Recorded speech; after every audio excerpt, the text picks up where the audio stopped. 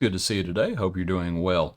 We continue to look at the resurrection today. Our hymn is the hymn, More Love to Thee, O Christ. More love to thee, O Christ, more love to thee. Hear thou the prayer I make on bended knee. This is my earnest plea, more love, O Christ, to thee, more love to thee, more love to thee. To our passage now, Matthew chapter 28, verse 9. And before we read it, let's make this point again. Some of these may be perhaps chronologically out of order. It can be somewhat difficult to figure out exactly what the order of the four gospels is as different things are portrayed, being spoken about. Don't lose sight, of course, of the overall message that Jesus Christ raised from the dead. To the passage, Matthew 28, verse 9.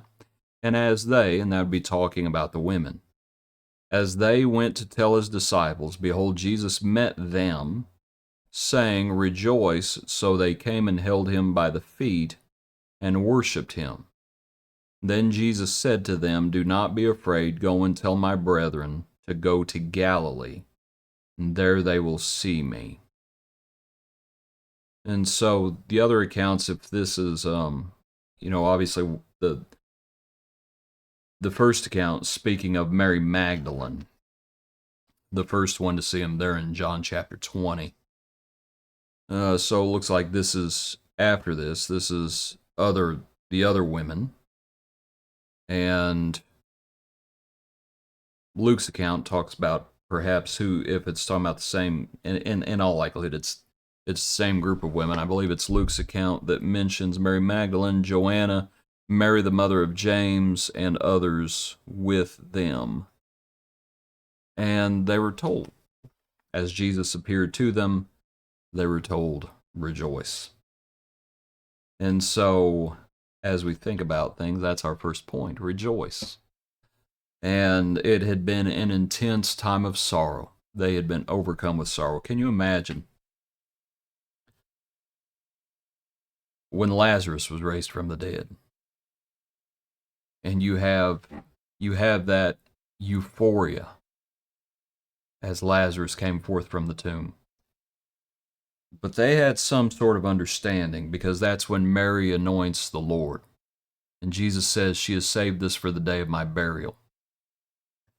So there is some sort of understanding even there. I think their euphoria had to have been tempered with sorrow about what was coming. And lo and behold, it has come, and they were in the midst of sorrow. And they're just starting to come out of it now, as different evidences are starting to appear.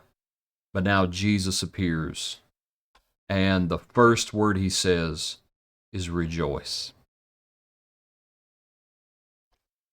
Rejoice. And we think about the joy that we have in the Lord, the joy we have because of the Lord, and we rejoice. Isn't it an amazing thing that in Scripture, for example, Paul and Silas are in prison, and yet they are still able to sing psalm? Recently, in a lesson talking about Daniel, and in the time of, make sure I have it right, Darius, I believe, when that edict was signed that outlawed praying to the Lord, Daniel went home, opened up his windows, and prayed as he had since he was a youth, as his custom was, and gave thanks.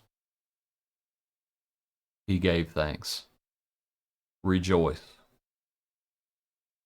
Here, again, the Lord has overcome death. What can man do to him at this point? Simply nothing. Back to our account. Not just rejoice, but also Jesus says, do not be afraid. He says that over and over again in Scripture. Do not be afraid. The Mount of Transfiguration, when Peter, James, and John are terrified as the cloud envelops them, when the cloud parts and Moses and Elijah are there no more, and Jesus comes and touches them, do not be afraid. I believe in the account in the boat, it says, do not be afraid. Just do a search on all the times the Lord says, do not be afraid.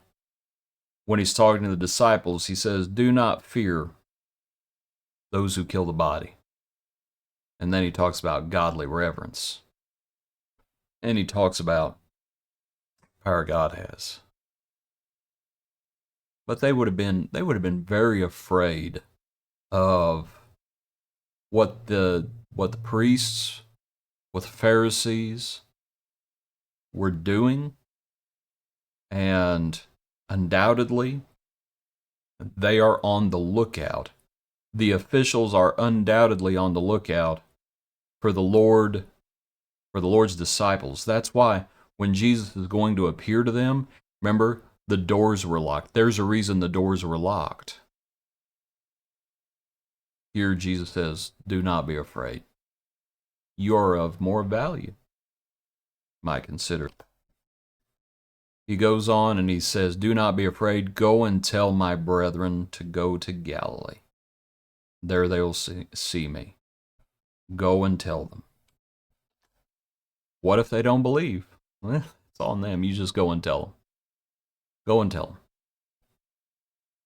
And isn't it an amazing thing that the first ones the Lord appears to are women? I think it's just an astonishing thing. It's a wonderful thing. He tells the women, go and tell the disciples. Go to Galilee. I'll see them there. I'll see them there. Rejoice. Do not be afraid. Go and tell them the good news that's happened. Appreciate you. Hope you have a good day. Join us tomorrow for another portion of our daily praise.